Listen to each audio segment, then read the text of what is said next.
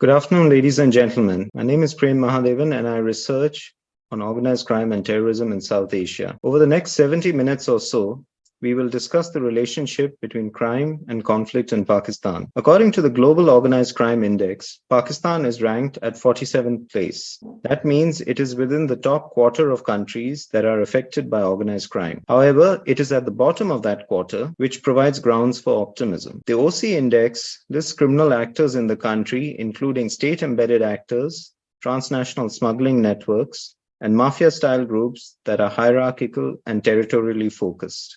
Conflict provides a cover for militant groups to become mafia-style groups. It allows them to develop a means of financial sustenance at a time when governments are increasingly targeting overt channels of terrorist funding. Some might remember that for a brief period of time, ISIS was the world's richest terrorist group, and that was because of its control over territory. When a militant organization controls territory, it can impose so-called taxes and exercise quasi-governmental functions. While focusing on violent non-state actors, we must not forget the impact that elite corruption has on criminal economies. Impunity at the top translates into fatalism at the bottom. In Pakistan, one of the most powerful mafias is the so-called land mafia, which often consists of business interests with strong state links, seizing real estate for investment purposes. With the China-Pakistan economic corridor nearing a decade since its announcement, it is time to take stock of how organized crime in the country will be affected by the creation of new infrastructure. Also, what will be the impact on local communities? How will they be dislocated? Pakistanis over the last year have been trying to reach Europe in sizable numbers, often through irregular routes. The tragic death of several hundred Pakistanis in the Mediterranean in June is a reminder that notwithstanding bureaucratic jargon, there is real human suffering caused by criminality. We are privileged today to have some of the most knowledgeable experts on illicit economies in South Asia with us. I will introduce them in the order in which they will speak. Our first speaker will be Mrs. Francesca Marino, an Italian journalist with Stringer Asia. She has written a book about the insurgency in Baluchistan. Her understanding of diaspora networks' role in bringing Pakistani migrants across the Mediterranean is unparalleled. Our second speaker will be Mr. Taha Siddiqui, an award-winning journalist. He has reported on crime, conflict, and terrorism at very real risk to his life. In 2018, he was subject to a kidnapping and possible assassination attempt in Islamabad, which he only very narrowly survived. He now lives in exile in Paris,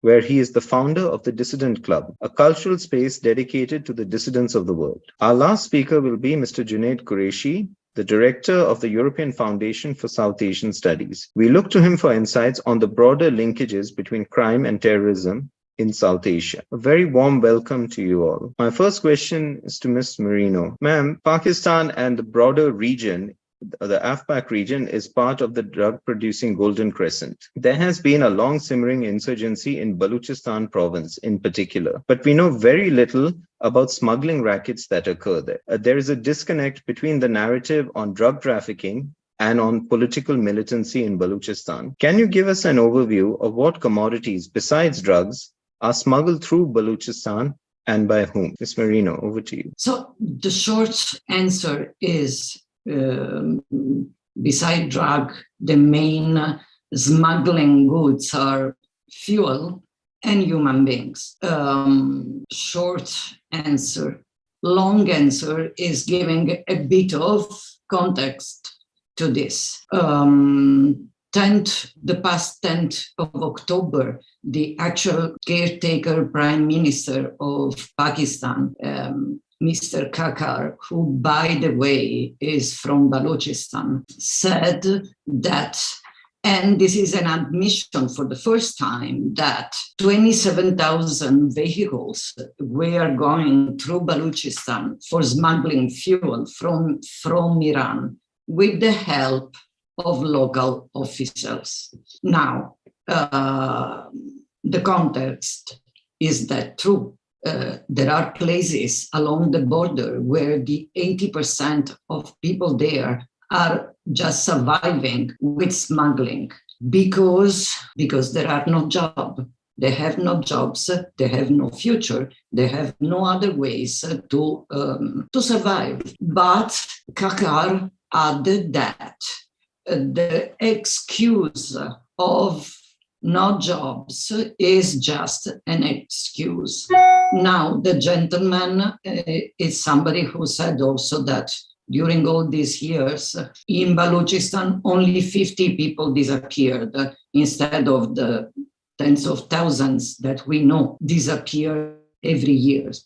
So, okay, it is what it is, but it is true. There's a whole economy based on smuggling fuel from Iran, smuggling not only drugs, but also goods like dry fruit, clothes, spare parts of things from Afghanistan. There is a whole economy on this because simply is the only economy people along the border have. Don't forget, Balochistan, the 71%, according to international surveys, 71% of Balochistan lives beside the line of poverty. Better, with less than $2 per day. The percentage raises to 85% when you go to rural areas, which are exactly the areas along the border. They have no other way for living. And yes, the problem is a big one. When it comes to fuel or to money, foreign currency also, there's another market for that. The other one, the biggest one in the past few years, is the human smuggling, which is not to be confused with trafficking. Trafficking is a different thing. Smuggling is done on voluntary basis. I mean, people paying to be taken across the borders. In the past few years, yes, according to official data, between 30,000 and 40,000 Pakistanis went through that route. The route goes through Balochistan, even though only a small amount of trafficking is done. At least is materially done, but not owned by Baloch themselves. Is mainly Punjabis, but the main route for people smuggling through Pakistan is through Balochistan. It is through Balochistan, and another funny thing, because I get the data from Italy, because many of these people arrive in Italy. The funny thing is also that very few Baloch actually use that route to get out of the country and arrive here. A very small percentage of Baloch, very small percentage of Kashmiris, very small percentage of people actually need to leave the country. The main ethnicity is, again, Punjabis. The reason for this could be also that safe, and when I say safe, is not what we call safe, but in that way, safe passage to Europe through Balochistan, then Iran, then you can take different routes, but to Europe costs between $3,000 and $7,000. Baloch simply don't have that much money. But not even in the wildest dreams they do have it, except that small part of residents of the region, which are, of course, smuggling, includes also bribing of police, bribing of guards, and requires the connivance of them. But you know, the situation of law and order in Balochistan, it is what it is. Don't forget Balochistan, you were quoting militancy. Fine, there's that. But the other actors are death squads who are given enfranchising by the army the control of areas of the land, the frontier corps, the army itself, all of them have their part and their share on the illegal criminal market. All of them, otherwise would not be possible. There's another kind of smuggling which is rarely quoted. It is overmining, and it comes from the mines.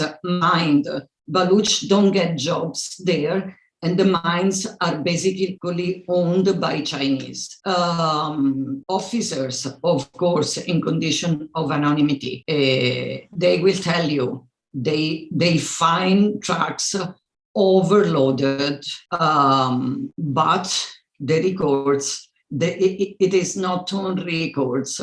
All that stuff goes through Karachi to China. The other thing are rare minerals, rare metals. For that, the Pakistani government don't get a penny because they are out of all the agreements. But again, they go through the smuggling route from Balochistan to Karachi, from Karachi to China. In any place where the situation of law and order, it is what it is, practically does not exist. Don't forget, Balochistan is an occupied nation. Balochistan is an occupied nation. Balochistan is ruled by the army. Baluch people have no jobs, no way to survive. Of course, you recur to illegal ways of earning a living. I don't know if somebody remembers from movies also, or from theater plays. Immediately after the war in Italy, Naples was a kind of stereotype of smuggling, of people surviving smuggling cigarettes. But those people could not survive in any other way. This is human trafficking is a big business. Human trafficking is one of the biggest business ever. Again, cannot be done without the connivance of the people in charge of law and order. Laws are there, but they pretend. But then the point is, on the field, you pretend not to see because you are bribed. But this is everything is part of a wider problem, which touches the situation of Balochistan, touches also the you were saying one of the biggest problem is land grabbing. Who owns the biggest portion of land in Pakistan, not only in Balochistan, all over Pakistan? Who are the owners and the developers of real estate and land acquisition? The army. So is the ones who actually should be caring for implementing law and order. But the situation, especially in Balochistan, it is difficult to say who has to who's wrong, who's right. CPAC made the situation worse because Baluch have been deprived not only of their land, but again, even more further of their way of survival. In Gwadar, they have been cut out from the sea. They were fishermen. They cannot do it anymore because Chinese put wires in huge parts of the city. There's no access. The only one with access are Chinese.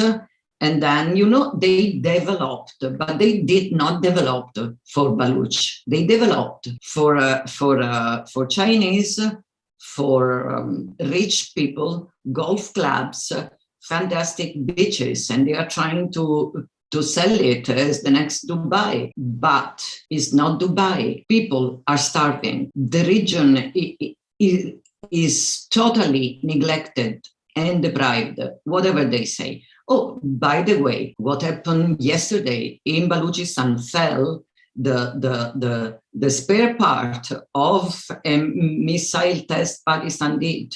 Where they do it? In Balochistan, because they don't care for the people. So yes, and they some way allow that route of human smuggling. Since we were coming to the topic of human smuggling, I wanted to sort of ask a question, if I may, to Mr. Siddiqui in connection with this, because we are looking, one of the things we look at in the GI is about diaspora involvement in criminality. So if I may just pose a question to Mr. Siddiqui at this point. So can you tell us, can you outline for us what kind of illegal activities do members of the Pakistani diaspora within the EU engage in? Hi, Prem. Thank you for having me, first of all. So basically, I mean, when it comes to looking into the illegal activities, especially in Europe, there are a few things that we need to keep in mind.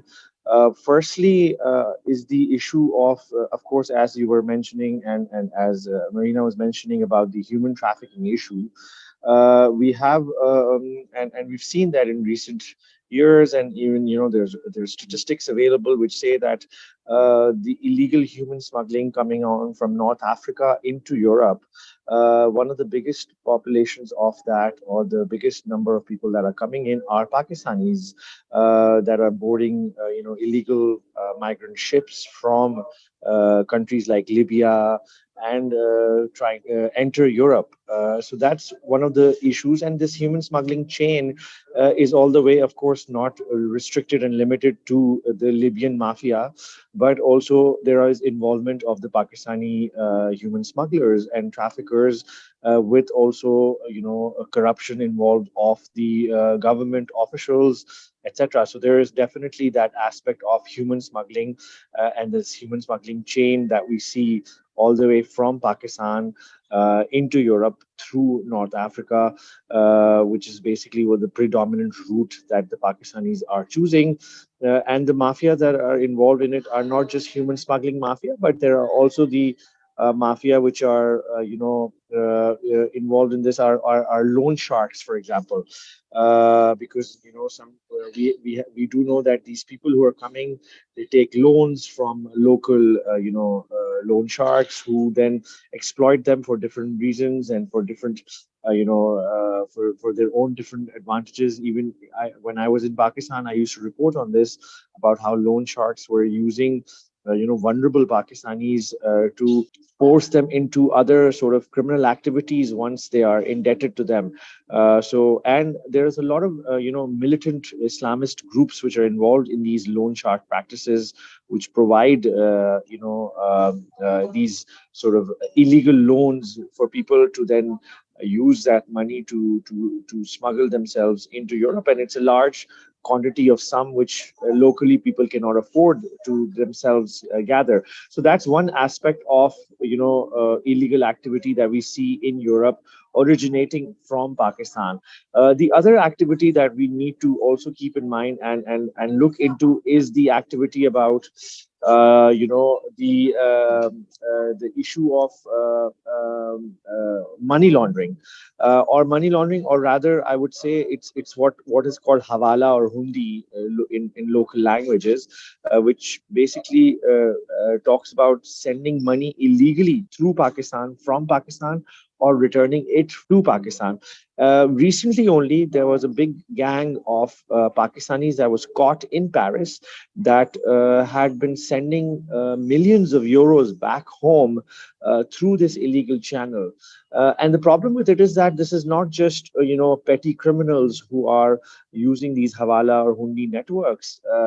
In fact, these hawala and hundi networks can be traced to terror activities originating in, for example, in Kashmir. There was, when there was a bombing, I believe it was the Uri attack, or one of the attacks that happened in Kashmir, a couple of years ago. There was traces of people that were involved in using this Hundi Hawala network, coming through for coming to Italy.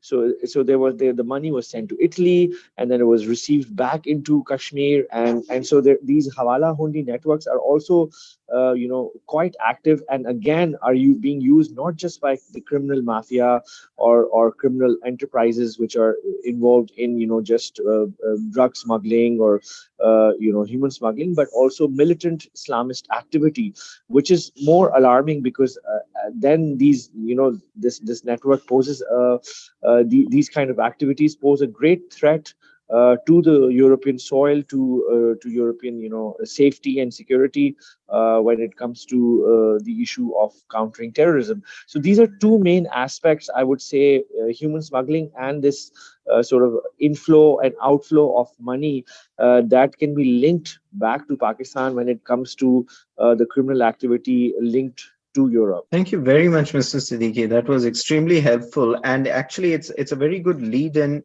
to the next question, which I have, the next opening question, which is for Mr. Qureshi. So there have been reports lately that the EU is looking to cooperate with Pakistan against transnational organized crime, but particularly against human smuggling. That is really the high priority. Now, Ms. Marino and Mr. Siddiqui have talked about corruption as a crucial factor in the illicit economy in Pakistan. When we look at corruption more generally, what role does it seem to play in the smuggling of any commodity that comes out of Pakistan? And where I'm talking here specifically at the level of state actors within Pakistan. Over to you, sir. Thank you, Prem. It's good to see familiar faces, Taha and Francesca. Look, corruption as such in our part of the world, in South Asia, is basically embedded in our culture. Just to give you an example of that, is that when in South Asia, most of the marriages take place through arranged marriages. And whenever, the girl's family goes to the boy who has a government job, they ask for his salary. And then the next question is, okay, well, that's his official salary. What does he earn on top of it? So this is an embedded thing in our culture. And, when you did your introduction, you were talking about the biggest mafia being the land mafia in Pakistan, especially. It's a pity that Miss Siddiqa did not join, because she has written a marvelous book on the biggest mafia in Pakistan, which is the army, in my opinion. And I guess the book is Military Inc., explaining in how many businesses the army is involved. So, and as Taha also mentioned, the fact that, people are economically, and Francesca also mentioned, they're economically very deprived because of lack of opportunities, lack of business, lack of jobs. Then you get into this sphere of, lenders, and then anything you have to get done, you have to get done by paying extra. So this then translates onto the organized crime level. Again, to give you an example, for example, when we talk about, and Taha mentioned that, when we talk about Kashmir, well, the biggest, if you have been to the LOC, it's quite a guarded place. But the biggest reason why people come back and forth is because of corruption. It's a huge money-making business for everyone. The guides earn money, the army earn money, the villagers earn money on top of it. And like was mentioned earlier as well, with these militant Islamist groups, one of the things which they also do is charitable work, so-called charitable work, which involves huge sums of money. I remember in I think 2005, there was this earthquake in Kashmir. And the services of Lashkar-e-Toiba, Jaish-e-Mohammed were actually taken by human rights organizations because they knew the place much better. So, to say how much of a role does it play corruption in this setting? Well, it's difficult to put a number to it, but one thing we can establish is that it's an embedded part of our culture. So whether that's normal activity or whether it's criminal activity, it is encouraged actually, and there's no way you can bypass it. In everything, getting a birth certificate takes money. Anything takes money. We call it, in our language, you call it chai. You have to pay money for the tea. So this builds upon in every section of society, and especially in criminal activity. It's inherently a corrupt practice. So to then dissect how much of it is corruption and how much of it is non-corrupt, it inherently is a corrupt practice. So it's fully owned by corruption, and it allows these criminal organizations to actually operate by support of state actors. And there's a difference here between the militant Islamist operators and the criminal operators, because don't forget that the Islamist militant operators in Pakistan are allowed to operate because of ideological foundations, while the criminal organizations are allowed to operate for profitable foundations. So it makes money. So these are two, while they converge at some point of time, these organizations together, but the support of the state for these actors has different premises. So again, we talked in the morning about Dawood Ibrahim. I think that's a bit of a, much of Dawood Ibrahim part is also because, it's just a new nuance to India, so that's one of the reasons. But many of these, criminal organizations are allowed to operate because they pay money. Again, Taha mentioned Hawala, Hundi. Well, there's another term which is Hafta. That is paid to state actors. And then you have these, Islamist militant terrorist organizations. They get their support on the ideological foundation. So there's a small distinction over there. Thank you very much, Mr. Qureshi.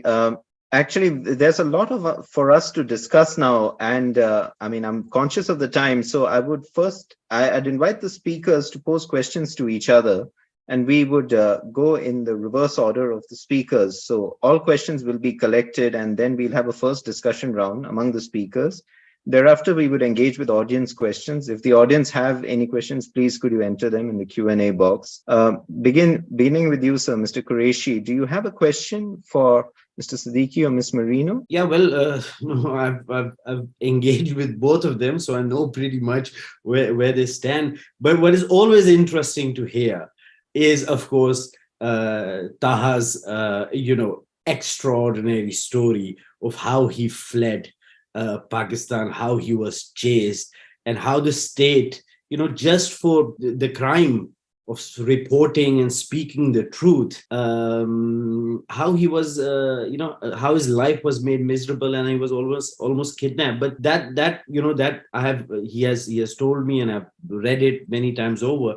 But my question would be, is that to Taha, the media in Pakistan, do you think that, because you see certain you see certain shifts time and over again? You see, for example, Imran Khan was of course arrested, and then you had a lot of talk on the media, and then 2 days later when they attacked military installations, then the media made a 180-degree turn. So, from your field, how much do you think, since you've left Pakistan, do you think the media has become more free, or has it actually declined? Is it better today since you've left, or is it actually much worse? Thank you, Mr. Qureshi. If I may, I would suggest we collect all the questions on this round, then we can have the discussion between ourselves first. So, Mr. Siddiqui, would you have a question for Mr. Qureshi or Ms. Marino? One of the things that I would like to, anyone can respond, that I would like to ask is about the fact that, Junaid was mentioning about how there is this sort of cross-border movement into Kashmir. We've heard that recently these tactics of cross-border movements have changed, and now between India and Pakistan, or the so-called line of ceasefire, the control line on between the two countries and the occupied territory of Kashmir. There is a lot of movement, not physically, but there's financial movement, and recently there's been use of drones, for example, to move even money, weapons, and support. So how much of that is being reported upon? How much is that is being talked about?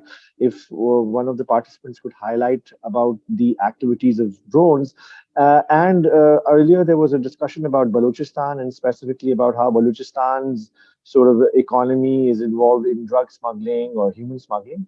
There are some elements, like, for example, locally there are names of local politicians which are involved with the Pakistani military, which are using these human smuggling routes to do drug smuggling, in fact. So if one of the participants, I guess, Francesca could probably highlight that, about how these routes are being used by drug smugglers, which are the same routes being used by human smugglers, and which have a protection of the Pakistan military. Thank you, Mr. Siddiqui. Finally, Ms. Marino, do you have a question for Mr. Qureshi or Mr. Siddiqui? Yeah, I would quickly say one thing. Starting from here, actually, Taha was saying earlier that the money laundering, the money smuggling from Europe back to Pakistan. Yes, through Italy is actually being funded partially with SIM cards and some money, the Mumbai attack and the Uri attack. In the case of the Uri attack, the money has been tracked directly there. So yes, for Taha, I would ask how the diaspora is coping there. I mean, here we have Lashkar-e-Taiba cells in Brescia. We have Tabligis, we have a number of organizations that border being illegal also. It is the same in France, and for Junaid, yes, the corruption is endemic, but I remember many years ago, somebody was a case of very small case of corruption, some tickets not done properly. So this fellow was telling me, "Madam, I have 3 daughters. If we split the difference, everybody will be happy." At the small level, the corruption might have roots also in the way the society is structured and the very poor salaries, say, police officers, small employees earn. Thank you, Ms. Marino. Mr. Qureshi, would you like to answer first? Yeah, the first question which was posed by Taha about the LOC and the drones, I think 3 years ago, there was an attack in Jammu with a drone. It was actually a drone attack. What we see now, yes, the LOC is quite, it's quite secured now. I think India from, the 1990s, and then to 2008, and then 2008 onwards, I think India has invested a lot of money and resources and personnel into securing this LOC over there. But then again, yes, indeed, you have the drones, and what we see now, there's a difference of operation because of the LOC being quite secure now. There's online radicalization. So,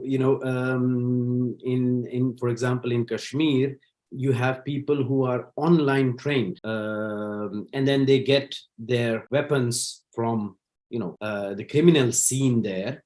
And it's basically lone wolves who go and attack. You have also seen, apart from a few instances, but the terror incidents in Kashmir over the past few years have actually been targeted killings, and not the kind of the Uri and the Pathankot and those kind of attacks have not actually happened, because it takes a lot of planning, it takes a lot of people. But this targeted killings are basically done online. They just go on a channel and they actually also get indoctrinated there, but also get training on how to operate a weapon. And the other thing is, which is very, alarming, is the huge rise in drug use, especially in a place like Kashmir, being mostly Muslim. So society is also not, it's not a European free society where, like in Paris or Amsterdam, you can have drugs freely. It's quite a conservative society. But I was just reading a few days ago that 1.3 million people just in the Kashmir Valley are drug addicts. And out of them, and that's even more alarming, especially, and it's also very surprising because of the conservative society, is that out of them, 25% are girls. So that's, but these drones are now many times used to bring over drugs. And we had that in Punjab as well. There have been many instances where drones have been, captured with drugs on it. So yeah, this is a new type of warfare, the online radicalization and the drones. And to come to Francesca's question about the corruption, that's absolutely true. I think with the salaries of people are, of course, that also encourages them maybe to go, on a corruption path, because it's maybe not enough. I do know that, for example, many of the law enforcement officers in India now are linked to the pay commissions of the center government. So, and the center government has, every now and then, they have a revision of these pay commissions. So the salary there, but then, yeah, it does matter whether you live in in Bihar or you live in a metropolitan city like Delhi. But yeah, those salaries have, it is going in a way that people are recognizing that. But indeed, yeah, and that's also because we have a lot of, in our region, we have a lot of non-institutionalized, people working. So not, labor laws are not, almost non-existent except for government jobs. But in government jobs, yeah, I do see the recognition that salaries are too low and this needs to be improved. Thank you very much, sir. Ms. Marino, would you like to respond to Mr. Siddiqui's question about human smuggling? Yeah, I just wanted to say something about Kashmir. First of all, make clear of which Kashmir we are talking about.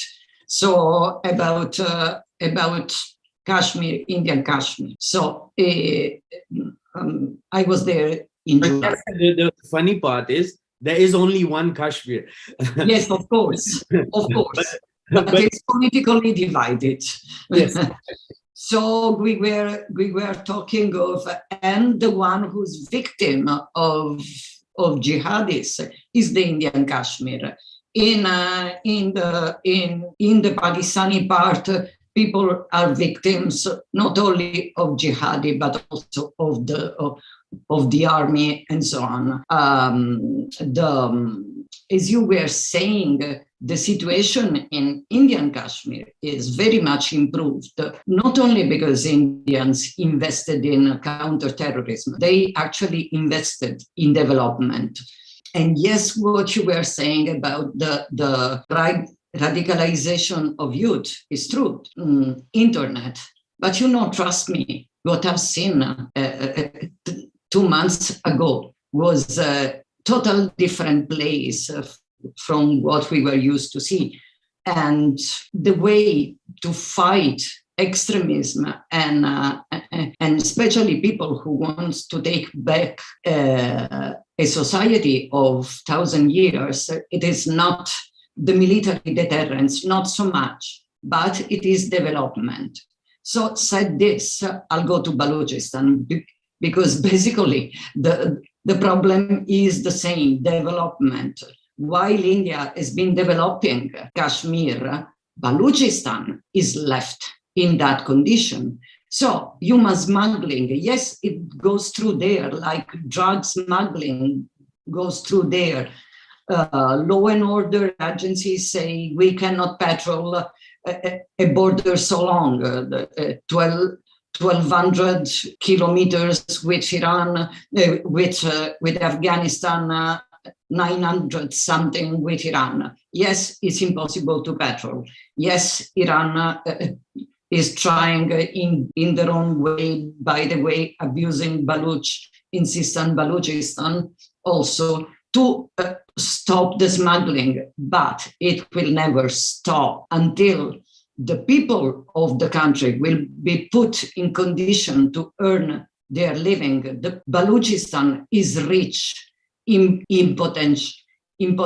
potentially rich, is one of the richest regions in terms of minerals of Pakistan: gas, gold, copper, rare elements, everything. But Baloch don't benefit of nothing of this. The only ones who benefit are the army and the Chinese and the politics. But the politics and organized crime in Balochistan are very much linked. To go back to the current caretaker prime minister, he is from Balochistan. There are pictures around of him sitting happily with a gentleman called Shafiq Mengal. Shafiq Mengal is one of the owners of the death squad chief, but he has been allowed more than once to contest elections. Shafiq Mengal, a criminal. So there's not an easy answer to it. Thank you, Ms. Marino. If I may come to Mr. Siddiqui, sir, Mr. Qureshi had asked you a question about the freedom of the press in Pakistan, and he mentioned your own horrifying experience, actually. Perhaps you could tell us a little bit about how the freedom of the press or the state of the press in Pakistan affects one's ability to actually get an accurate picture of criminal trends in the country, and what your own assessment is of how things are going. Are they improving or getting worse? Well, definitely. I mean, since I've left in 2018, things from what I see from, monitoring the Press Freedom Index, monitoring and talking to journalists on ground, because I've had, more than 15 years of experience reporting from Pakistan. So I have many friends on ground. What we now say in Pakistan is that journalism is dead. There was a time when journalists were being killed, and we had, we have over 100 journalists since 2001, since 9/11, when this whole idea of war on terror came to Pakistan.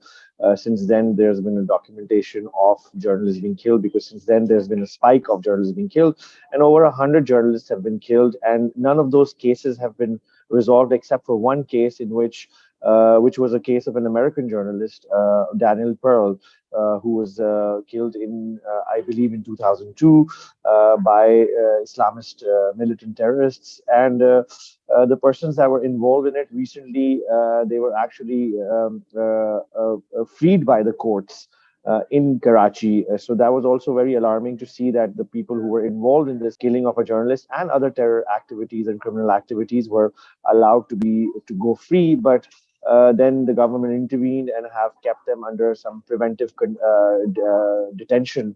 So they're still in jail, but technically the court cases or the convictions against them have been overturned. So, I mean, press freedom doesn't really exist in Pakistan. There's micromanagement by the Pakistan military, the ISPR, which is called the military media wing, which is called the ISPR, manages every little small aspect of it. And, all the news coming out from troubled areas of Pakistan, which we're supposed to report on, there's no independent access to it. So, for example, in Balochistan, the human smuggling elements or the human trafficking elements, we cannot, or the drug smuggling elements, we do not have access to reporting to them. Even when I was in Pakistan, I went to Balochistan to report from there, but at my personal risk and at a lot of personal threats. And eventually, as you know, as it was mentioned initially also, I was attacked by armed men that I believe were from the Pakistan military, and I was forced into exile. That brings me to another aspect of transnational crime or transnational oppression that I would like to highlight here is that Pakistan is not only involved in these kind of transnational crimes like human smuggling, drug trafficking, money laundering, etc. But also it is involved in, and we have recently found out that its involvement in transnational repression by going beyond its borders and targeting dissidents like me and others in exile. I mean, Dr. Ayesha Siddiqa couldn't join us today, but she's also a victim of it. We've seen that there was a Pakistani blogger who lives in Netherlands, Waqas Buraya, who was also a victim of it. There was actually an assassination plot to kill Waqas Buraya, and fortunately, the assassin, who was a Pakistani British man, was caught by the British police, and he was convicted earlier this year and was sentenced by the British courts. And there was evidence that we found that linked him to Pakistani, handlers. As of yet, the British government, the UK government, the Dutch government haven't pursued it with the Pakistani government, from what we know publicly, who these Pakistani handlers were. And from what we know, the Pakistani handlers were supposed to give this assassin money to kill Waqas Buraya, and not just this Pakistani blogger who's in exile, but there were WhatsApp chats that were recovered from this assassin, which talked about him targeting people in France.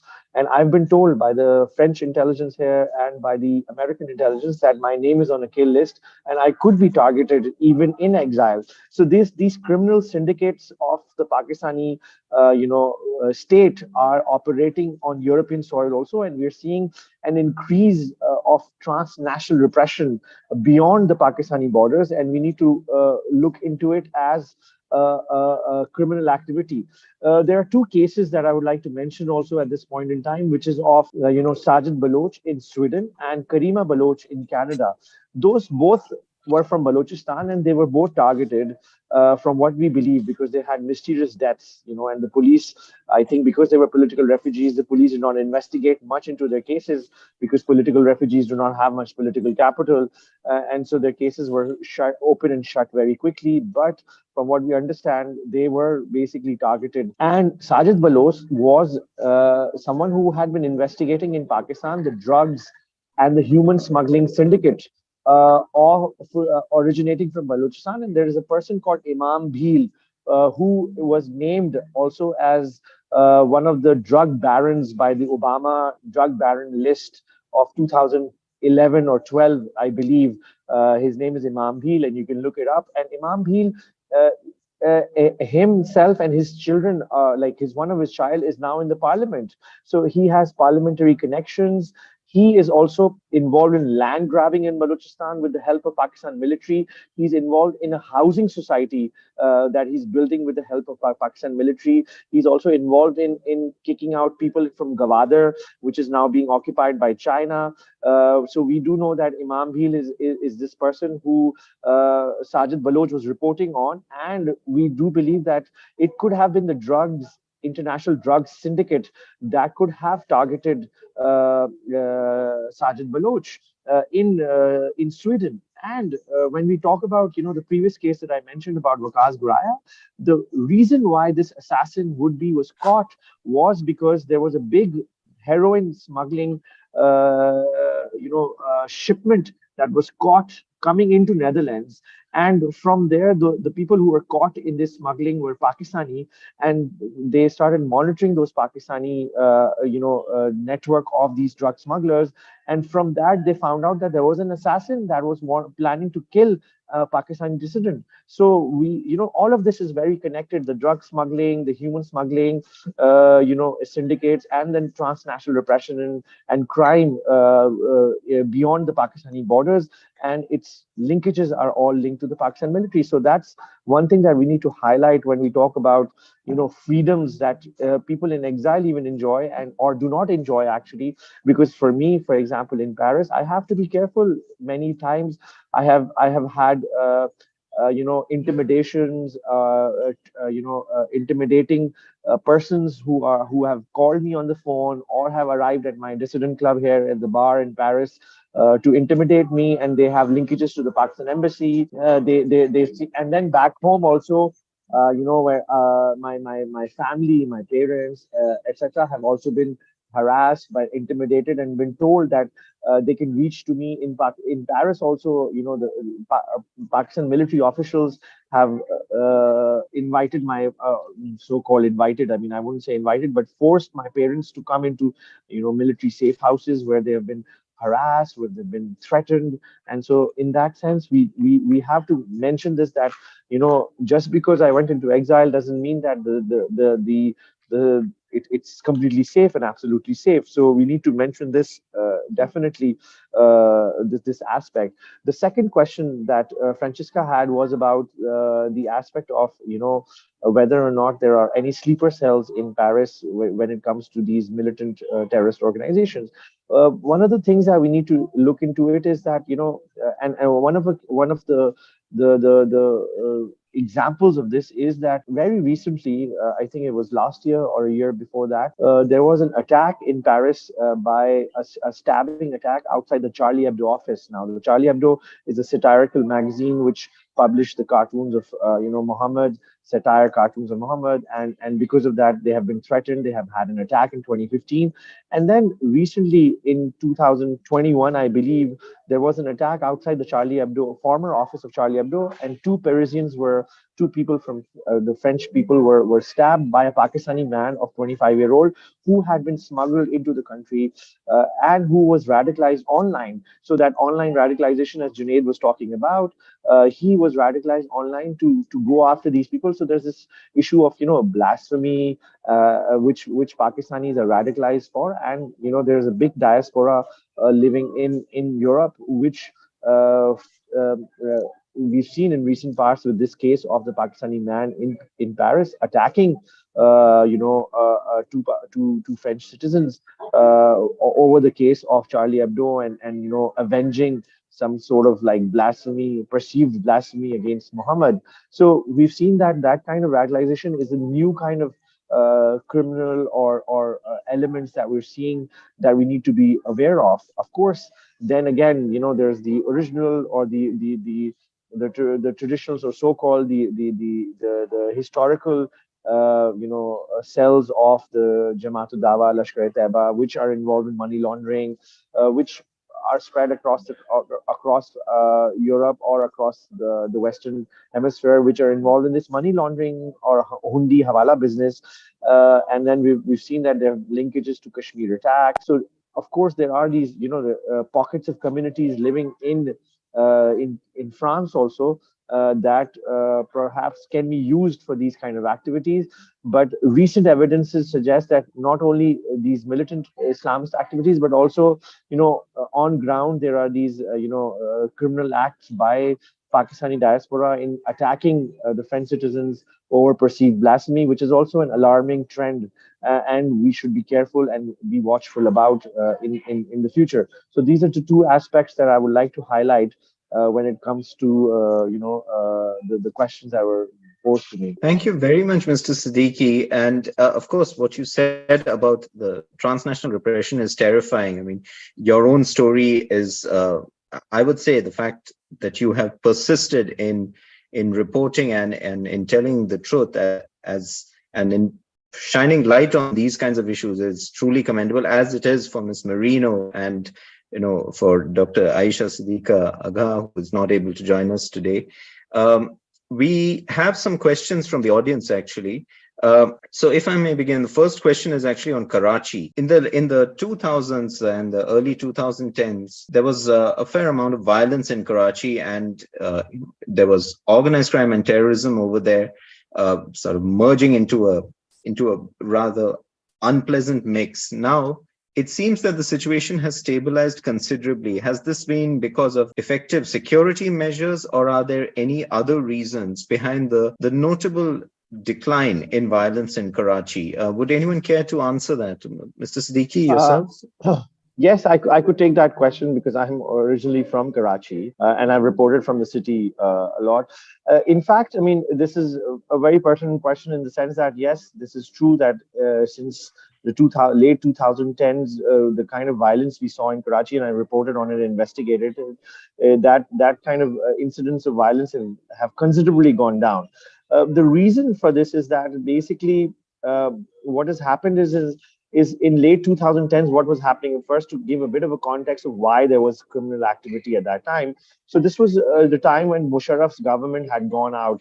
It was the dictatorship of Musharraf, in 2008, which had ended. And there was basically, because of, when the Pakistan was phasing out of this dictatorship of Musharraf, we saw that, the systems collapsed because, of course, when there's a dictator, systems are not built and it's one-man show. And then when he left, most of Pakistani systems in place collapsed. And because of that, we saw Karachi, which is the economic hub of this country, go into a lot of criminal activity, a lot of, political violence, criminal violence, etc. And it peaked. And one of the reasons I think also it happened was because before that, the military controlled or military backed government was managing Karachi, and it had walked out from Karachi after the dictatorship ended. So what happened was that we saw this peaking of violence. But by 2013, there was an operation that started in Karachi, and that operation was started by none other than the Pakistani Rangers, which are again backed by the military. And we've seen that, this economic hub of Karachi was taken over effectively by the Pakistani Rangers, which are military run, and they took over all of this criminal mafia. In fact, so they replaced the criminal mafia with themselves. And now the organized crime exists, the organized sort of criminal syndicates exist, but they operate under the patronage of the Pakistani Rangers. So there's the water mafia, for example, in Karachi, which is very huge. There's the land mafia in Karachi, which is very huge. And both of these mafias operate with the blessings of the Pakistani military Rangers. And the Pakistani Rangers, run by the military, tell them that we do not want any unwanted crime or unwanted violence in the city. So it's kind of a controlled, managed situation that we see today in Karachi, managed by the Pakistani Rangers, who take a share from these criminal syndicates and mafia, and who control them because, of course, they do not want to pressure Karachi too much, because if Karachi shuts down or if Karachi has a breakdown, then the whole country's economy is disturbed. So because of that, the Pakistani Rangers are managing it in a better and more effective way. But it doesn't mean that the crime has gone away. The crime continues to stay there, but it is just better managed by the Pakistani Rangers, which have formed a sort of a partnership with these local criminal elements, local criminal syndicates operating in Karachi. Thank you very much, sir. We have just about 10 minutes left, and there is an interesting two-part question in from the audience. So first part is, are there any recent developments or shifts in the types of crimes or conflicts that Pakistan is experiencing? So that's one part. I mean, what are the trends in criminality and conflict in Pakistan now? And the second part, actually, which is perhaps to end on an optimistic or a hopeful note, is, are there any examples of successful initiatives or strategy which have been aimed at reducing crime or conflict in specific regions of Pakistan? Would anyone care to answer these questions for the first part? I would, for the first part, see, as Taha was saying, the crime and organized crime, and there's a name which has been badly mentioned, which is Dawood Ibrahim and his company. Crime is strictly linked to the police and the state, same way terrorist organizations are linked to the state. So any shift, yes, in the past few months, there has been an increase in TTP attacks, but that's, as Hillary Clinton once was saying, you cannot keep snakes in your backyard and then expecting they will bite only your neighbor. So this is the result of the years and years of Pakistani policies, Pakistani state policies, Pakistan being ruled by military, officially or unofficially. This is just an outcome. The link between organized crime and terrorism is even deeper because yes, money laundering, charity foundations, the links also, which have been proved back 25 years ago between the Houthi Ibrahim and Al-Qaeda. They were using the smuggling routes for drug smuggling, but with that money, they were financing jihad. So it's very difficult to differentiate. And the other question was about the successful strategies in reducing crime. When the crime is committed, the other crimes, we want to start talking about kill and dump, enforced disappearances. But, I mean, from where do we start? And all these crimes are committed by the state. Yes, using also proxies like petty criminals, but is the state. So from where do we start? I can probably like to add to that the second part of the question, if I may. Yeah. So please go ahead. So basically, I mean, one of the things that I always say is that how do we effectively combat all of this? Because we have to have a solution. One of the solutions is that I think Pakistan is heavily dependent on foreign aid. It has, this IMF loan ongoing. There's the World Bank that is supporting the US government. Continuously gives Pakistan money. The European Union has, this trade partnership with Pakistan. I think all of these international partnerships that Pakistan has with the West need to be subjected to conditions of, Pakistan complying with international standards for controlling crime.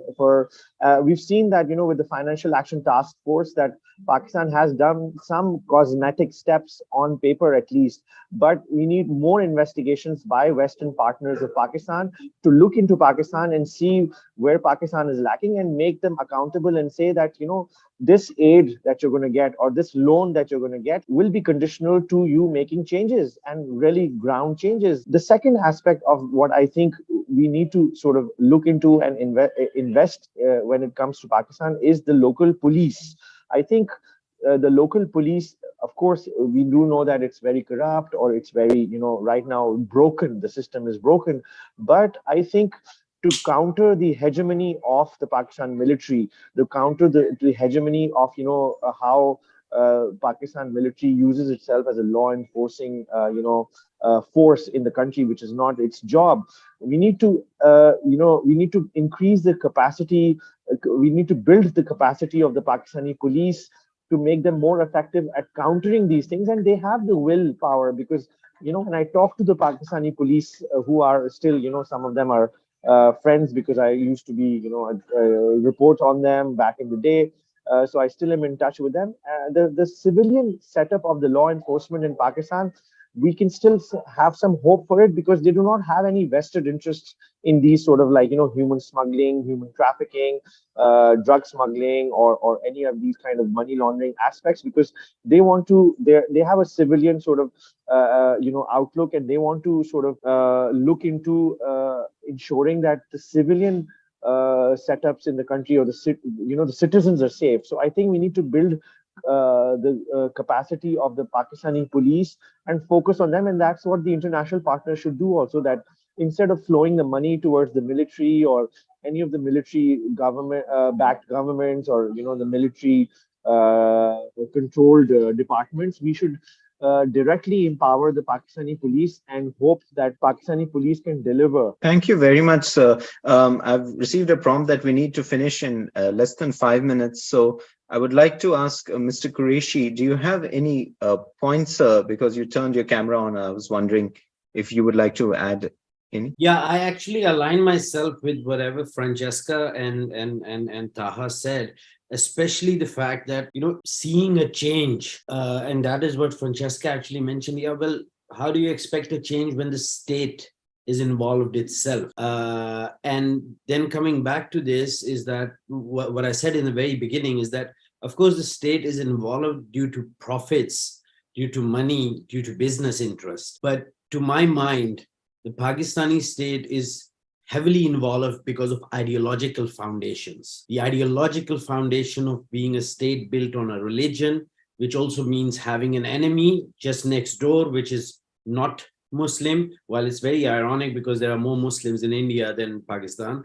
And then trying to create this one identity, while Pakistan, as you know, is, of course, different nations put together and a stamp on it that from now on you're Pakistanis because you're Muslim. So while it's all, it basically converges the fact that it's an ideological base, and then crime, terrorism, jihadism, Islamism is, of course, used for it. So it's very rightly said by Francesca. Do you expect a change when the state is heavily involved? And like Taha also said, the FATF did compel the Pakistanis to make some cosmetic changes.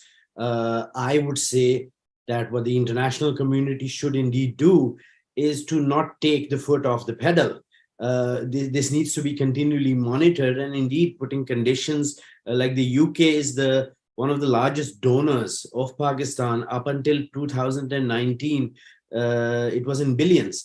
So this is something where the international community ought, for its own benefit, ought to take some steps. Thank you very much, sir.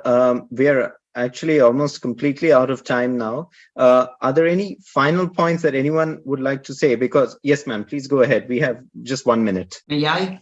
Yes, ma'am. About the international community, at the end of the day, the bottom line of everybody with whom I discussed this thing is, but Pakistan is a nuclear state, and the problem is, what if the nuclear bomb goes in the hands of jihadis, of terrorist organizations? And this is the basic blackmailing to the international community. I usually reply that the nuclear bomb is already in the hands of the biggest terrorist organization of the world, which is Ayesha. So it's not a real blackmailing, but still it's as we said, when the organized crime, the terrorism, and the law and order are all in the hands of the same organization, which is the state, what you want to do. Thank you, ma'am. That's unfortunately a very accurate but a rather depressing note to end this conversation.